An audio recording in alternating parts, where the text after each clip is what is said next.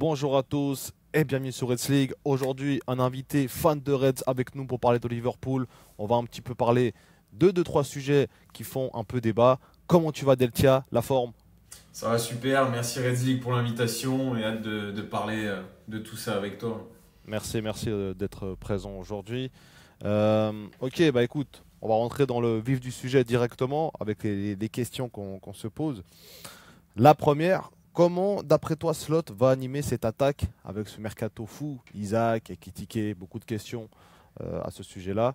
Pour toi, comment Slot va réussir à les intégrer et est-ce que pour toi ils seront les deux euh, les deux est-ce que pour toi ils seront les deux dans la même équipe tout simplement?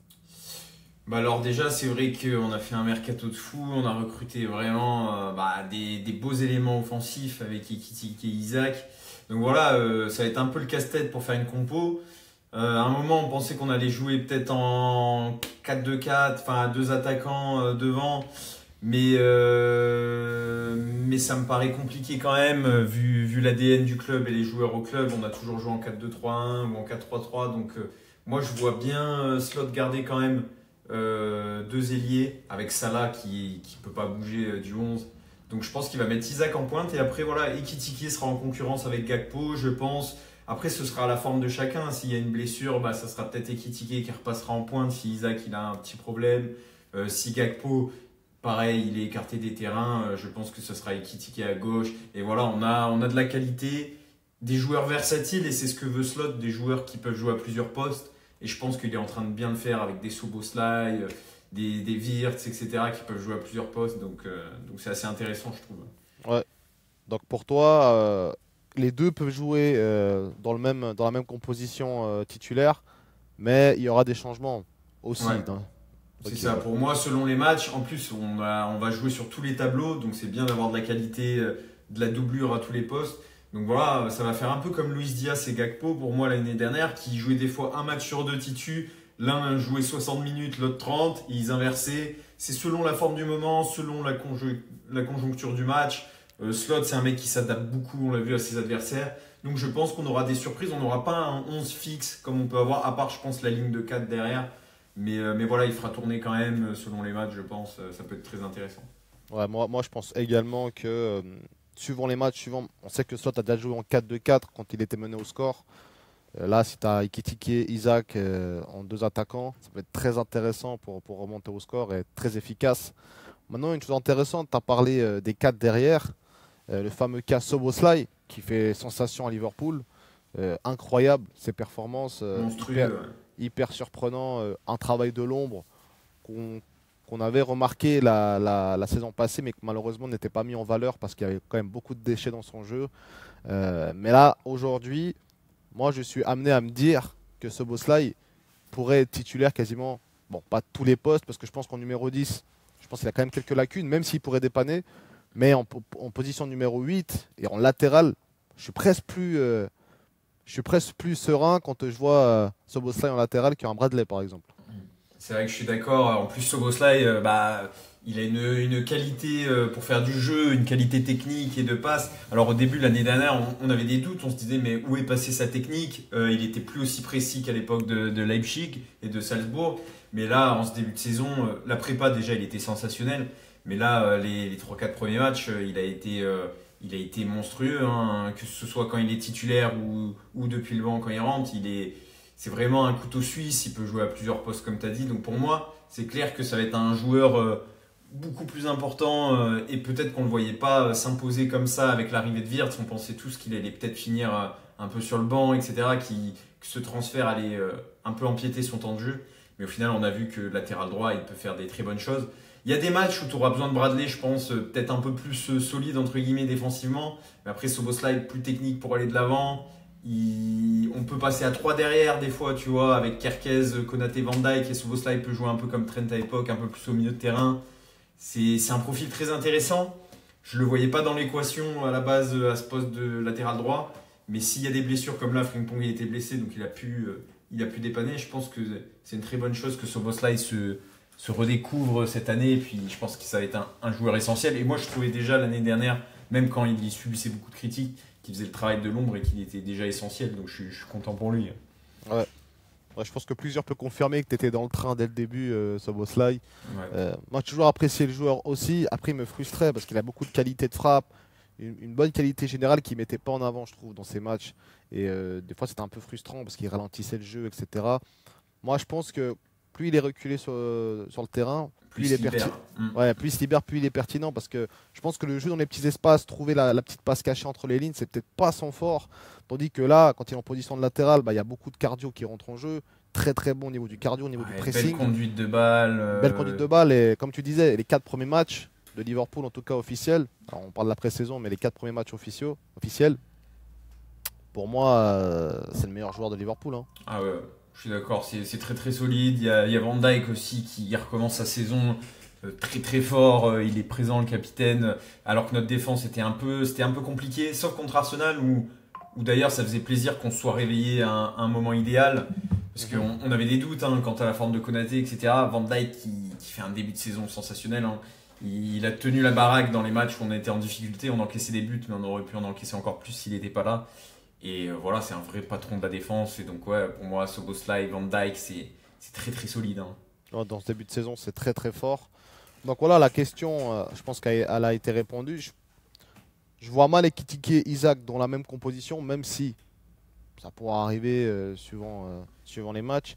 Ekitike peut jouer à gauche, comme on l'a dit. Mais je pense vraiment qu'il y aura un Gakpo qui sera vraiment à son poste fixe, Ngomoa qui va permuter, et que tu auras un Isaac qui sera titulaire. Peut-être pas les premiers matchs, je pense que Ekitike, vu qu'il a Ouais, déjà ça va plusieurs prendre un matchs. peu de temps, hein. On a vu déjà là qu'il a, au moment où on tourne, il devait jouer hier avec la Suède, mais il est pas rentré en cours de En jeu, match. ouais. Il s'est échauffé pourtant pendant 15 minutes, 15-20 minutes en deuxième mi-temps, mais il n'est pas rentré, je pense, par précaution.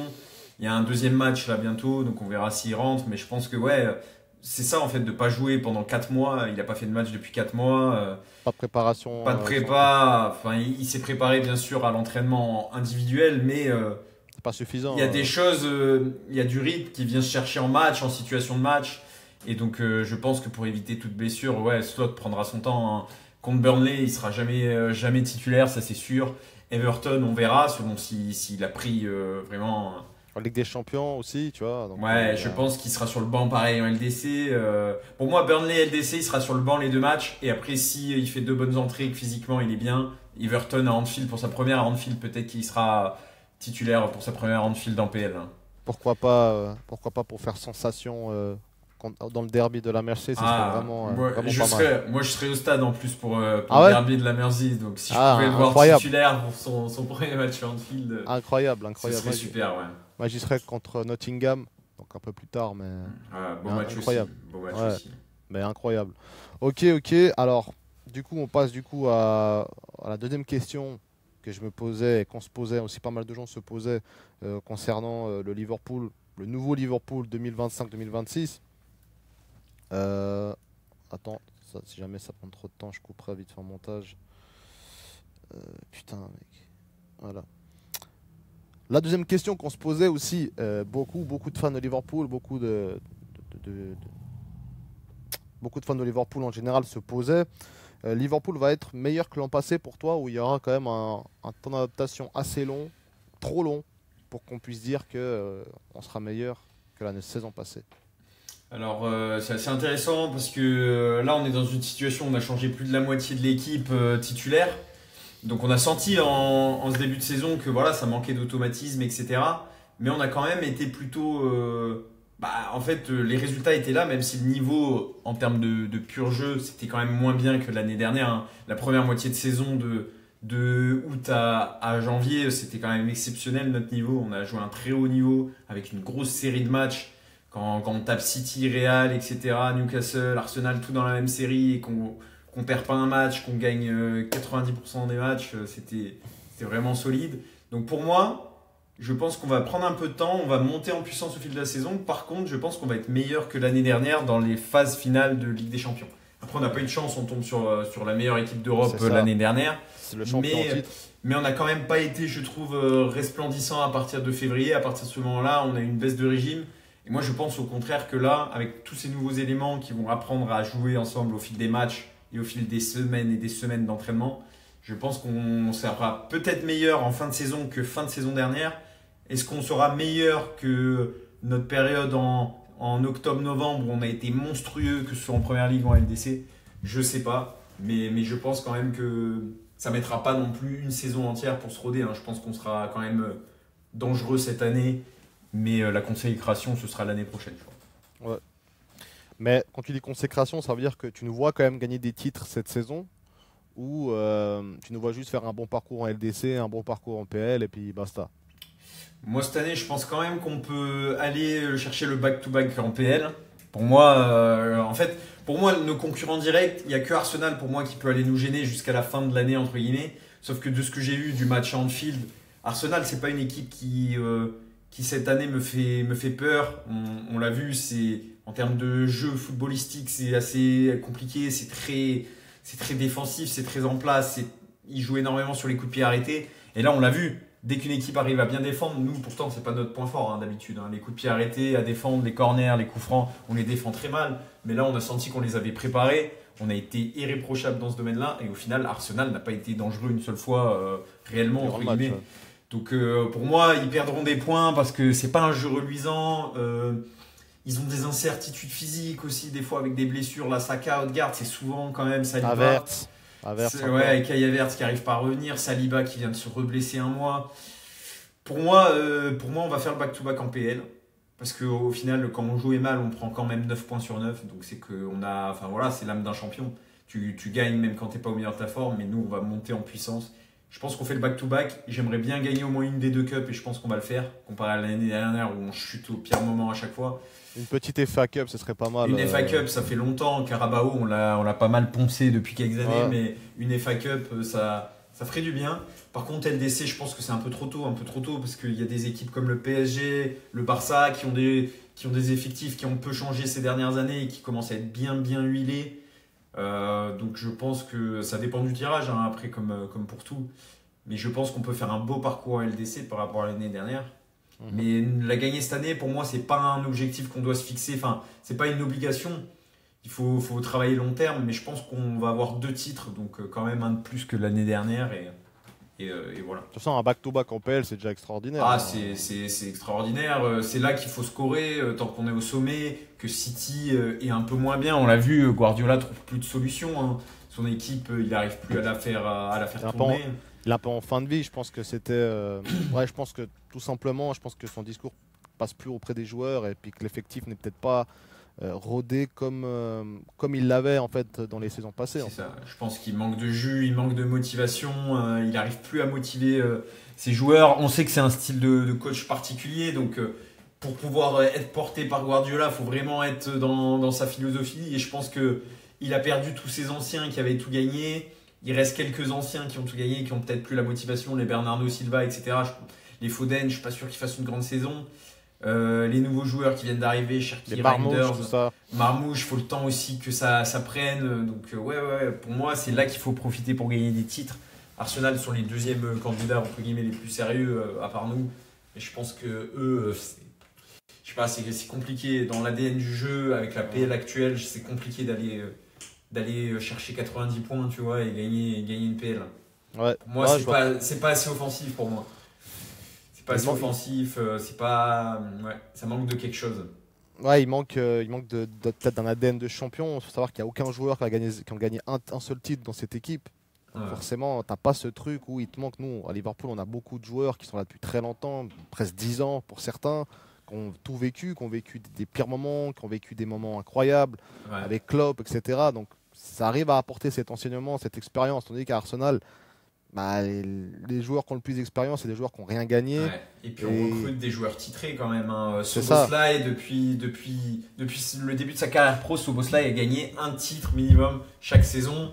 Wirtz, il a été champion de Bundesliga avant d'arriver. Isaac, il vient de gagner quand même une Carabao Cup contre nous, donc voilà, contre les champions en titre de PL. Frimpong, pareil. Frimpong, il a gagné pareil la Bundesliga. On recrute que des joueurs en fait. Kerkez, qui, ok, n'a rien gagné, mais qui a été élu meilleur latéral PFI, Voilà, en je fait, crois. on, Donc, on a des champions qui rentrent dans cet effectif. McAllister, quand on l'a recruté, Coupe du Monde, enfin voilà, c'est des gens qui savent souffrir dans les moments durs, qui vont pas craquer en fait, qui vont réussir à tenir, à faire le dos rond dans les moments où on se dit la saison se joue à ce moment-là. En fait, il faut gagner des points quand tu es moins bien. Et Arsenal a peut-être pas ce truc ils vont perdre des points à des moments où il faut pas les perdre tout simplement. Tu vois. Ouais, ça, je suis Mais totalement c'est une d'accord avec question toi. d'ADN, hein, c'est une question d'ADN. Question de club aussi, hein. Le club, hein, voilà, on sait qu'on se fait porter par cet ADN des copites. Voilà, on est poussé par les supporters. Il y a peut-être un truc qui se passe en field à chaque fois dans certains matchs où on se dit que c'est plié, on perd de 1, tu reviens toujours au score dernière minute. Ouais, ça c'est la magie d'Anfield aussi. Et après, je pense qu'il y a aussi un facteur qu'on peut prendre en compte, paix à son âme, mais pour Diogo Jota, je pense que c'est aussi un facteur plus pour certains joueurs qui ont pu jouer avec lui, de donner encore plus pour sa victoire. On voit qu'à chaque but, quasiment, elle est C'est célébrée ça. C'est par ça, puis il y a des pensées pour lui à chaque but, je suis persuadé. Enfin voilà, Salah, à chaque 20 minutes. On le voit qu'il est touché. Toutes les 20e minutes, toute l'année, ils vont entendre la musique de Jota, les applaudissements. Ça va les motiver, tu peux pas. Quand tu es lié à ce club, tu peux pas, entre guillemets, ne pas être motivé à l'idée de ça. Quand tu as tout ton stade qui est bouillant et 20e minute, il te rappelle des souvenirs tristes, à la fois tristes, mais aussi de la nostalgie. Et voilà, je suis persuadé que Jota, ils veulent le faire pour Jota aussi, donc c'est un bon élément motivateur, comme la sélection portugaise. Hein. Moi, je l'ai vu, ils jouent avec une hargne qu'ils ont pas eu depuis très longtemps. Hein. Le Portugal, on a toujours dit que c'est un effectif de qualité, mais qui manque un peu d'envie des fois. Ils concrétisent pas, et là, on sent que cette année, ils peuvent faire des belles choses aussi. Donc, Ouais. Ah non, c'est un facteur plus quand même à pas négliger. Et ça apportera à Liverpool tout au long de la saison. J'aimerais juste revenir sur un petit point que tu parlais avant, au niveau de... ouais, je pense qu'on est trop tôt pour la LDC. Euh, moi, je pense vraiment qu'on peut faire un triplé ou un quadruplé cette saison par rapport à l'effectif. Après, à voir aussi, hein, il y a plein de facteurs qui rentrent en compte. Mais quand tu vois le PSG l'année dernière, après leur première phase de groupe un peu catastrophique, personne ne les mettait c'est vrai. champions à la fin, tu vois. Donc C'est moi, vrai, je c'est pense vrai. vraiment que avec la montée en puissance dont tu parlais avant, il y a vraiment moyen qu'on puisse vraiment faire quelque chose de très très fort cette saison et de presque historique. Un quadruplé, pourquoi pas. En tout cas, on a les joueurs pour aujourd'hui. Euh, et je pense qu'il y a beaucoup de clubs aussi en PL qui ne pourront pas jouer tous les titres à fond. On parlait d'Arsenal, City, etc. Donc il y a plus de chances que tu tombes sur des adversaires abordables en Cup, etc. Et en LDC, tu peux aussi gagner des forces en faisant tourner dans certains matchs. Donc pour moi, le quadruplé est largement et atteignable et réalisable en fait, tout Ouais. simplement. Moi, c'est pas impossible. De toute façon, c'est aussi la magie du football. Hein. On peut pas tout prédire. C'est clair qu'en termes d'effectifs purs et durs, si on n'a pas de blessures, on peut aller chercher le quadruplé. Après, voilà, le football est à un niveau aujourd'hui où c'est très très disputé dans tous les championnats. On a le PSG en Ligue 1 qui peut aller au duel et qui est un grand maintenant. C'est un grand d'Europe. Hein. Faut le Oui. dire. Enrique, ils ont un très très grand coach en plus, un très très grand coach qui comprend le football et qui a préparé un schéma de jeu qui fait mal à toutes les équipes, qui fait énormément mal aux équipes comme nous en fait, aux grosses Peut-être équipes qui attaquent, qui vont de l'avant et en transition, ils sont très très dangereux. Après, peut-être qu'on les attend aussi, peut-être qu'on les attendait pas la saison passée, ils ont peut-être surpris aussi beaucoup de monde aujourd'hui. On les attend plus au tournant et ça sera peut-être plus compliqué pour eux de développer Ouais, leur jeu aussi. on verra. On verra. Le Mais Real de Xabi Alonso, pareil, je pense qu'il est en train de prendre. Il va prendre Mbappé qui fait un début de saison très très fort. On sent que Xabi Alonso va faire du bien à ce Real qui perdait un peu, entre guillemets, son identité sur les 2 dernières années, qui était vraiment dans le dur. Là, je pense qu'ils vont revenir en force. Il y a toujours certains clubs italiens, l'Inter Milan, qui, voilà, même s'ils se sont fait détruire en finale, là ils recommencent la saison. J'ai vu des très belles choses dans leur match aussi. Il va y avoir du monde. Le Bayern qui n'a pas une équipe dégueulasse non plus, le Barça non plus. Donc ouais, ça va être très disputé. Mais rien n'est impossible. Ça dépend du tirage, ça dépend de si on a des blessés, ça dépend de plein de facteurs, hein, comme chaque année. Mais oui, ouais. on peut jouer les 4 titres. On peut jouer les 4 titres à fond. Les deux que je pense qu'on peut atteindre, c'est une Cup et une PL, mais après, c'est vrai que rien n'est impossible pour LDC et le reste. Moi, je pense tout, suivant le tirage, suivant comment tu gères les joueurs, peut-être même il y a un mercato en hiver, on va pas en demander trop, mais si tu veux prendre un Marc Guéhi par exemple qui nous a échappé, ça peut vraiment être un renfort de plus. Un très bon Donc, défenseur, hein. ouais, donc en tout cas pour moi, c'est envisageable. Là où la saison passée, c'était pas du tout envisageable, là c'est envisageable au vu du mercato. Et si ce ne sera pas cette saison, ce sera sûrement la saison prochaine. Donc on verra. Écoute, je pense qu'on a fait le tour un peu de la discussion, Liverpool, etc. Euh, Si tu as des choses à rajouter, n'hésite pas. Si pour toi on a fait aussi Non, je le pense qu'on tour. a fait un bon tour de ce mercato, de comment on voyait les choses pour cette année. Mais voilà, il n'y a que de l'optimisme. On a fait le mercato le plus lucratif de l'histoire du football et de notre histoire tout court. On a été frustrés les années passées par FSG parce qu'on se disait que c'était un peu trop proche de leur porte-monnaie. Mais au final, quand on fait bien les comptes chaque année par rapport à l'argent, comment il a été utilisé, en fait, c'est pas étonnant qu'on soit un des clubs les plus rentables d'Europe. Et la gestion est très bonne. Et je pense que c'est vraiment de bonne augure pour la suite. Edwards et Richard Hughes, ça tient vraiment la route en termes de cohésion sportive. Slot, c'est un entraîneur sous-coté qu'on n'attendait pas à ce niveau-là non plus. Voilà, il est Mhm. venu pour gagner des titres. Et je pense qu'il est en parfaite adéquation avec la direction sportive. Et je pense qu'on va se régaler dans les années à venir en termes de jeu, en termes de qualité sur le terrain. Ouais, non, non, je suis Et d'accord. Ouais, je me réjouis en tout cas des prochains matchs. Bah, déjà contre Burnley là, et celui qui arrive, voir un peu comment ça va se débrouiller après cette trêve. Après tous les matchs à venir aussi, ça va être que de la régalade. Donc ouais, moi j'ai hâte. Je pense que là on fait peur à tout le monde et on a peur de personne entre guillemets. Alors bien sûr dans le football tout est ouais, possible. on est sûr de nos forces, c'est sûr. C'est ça. La saison passée on avait peut-être plus de crainte quand on affrontait un autre Ouais, gros c'était de première Bell. saison, nouveau coach, après 10 ans de club quasiment, tu peux avoir des petits doutes sur, même si tu sais que tu as un effectif de qualité et qu'ils ont vu au fil de la saison bah, qu'en fait ils étaient sérieux. Là maintenant ils ont des garanties, des assurances, ils ont fait une très belle saison. Et là ils ont recruté fort, je pense que dans leur tête ils sont dans une place de leader et on l'a vu pour gagner 3 matchs comme ça en étant dans le dur défensivement, il faut un De ADN de champion. champion. Ouais, non, ça c'est clair. Ça c'est indéniable. Ok Deltia, merci beaucoup en tout cas d'avoir été présent sur cette vidéo. On se reverra sûrement sur la chaîne pour parler un peu plus de Liverpool en général. Merci énormément encore à toi et les amis, je vous dis à la prochaine pour une nouvelle vidéo.